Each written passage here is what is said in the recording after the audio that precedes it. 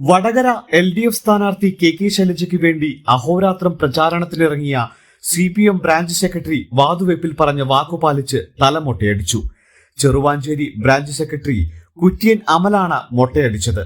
കേരളത്തിൽ എല്ലാ സീറ്റും തോറ്റാലും വടകരയിൽ കെ ശൈലജ ജയിക്കുമെന്ന് അമലും ഷാഫി പറമ്പിൽ 1 ലക്ഷം വോട്ടിന് മുകളിൽ ഭൂരിപക്ഷത്തിൽ ജയിക്കുമെന്ന് യൂത്ത് കോൺഗ്രസ് ദേശീയ മീഡിയ പാനലിസ്റ്റും സംസ്ഥാന സെക്രട്ടറിയും മുൻ ഗ്രാമപഞ്ചായത്ത് അംഗവുമായ റോബർട്ട് വെള്ളാംവെള്ളിയും വാതുവച്ചിരുന്നു.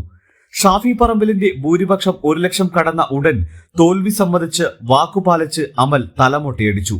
CPM ചെറുവാഞ്ചേരി ബ്രാഞ്ച് സെക്രട്ടറിയും DYFI ചെറുവാഞ്ചേരി വില്ലേജ് സെക്രട്ടറിയുമാണ് അമൽ. ഇരുവരും ചൊവ്വാഴ്ച വൈകിട്ട് ചെറുവാഞ്ചേരിയിൽ കണ്ടുമുട്ടി.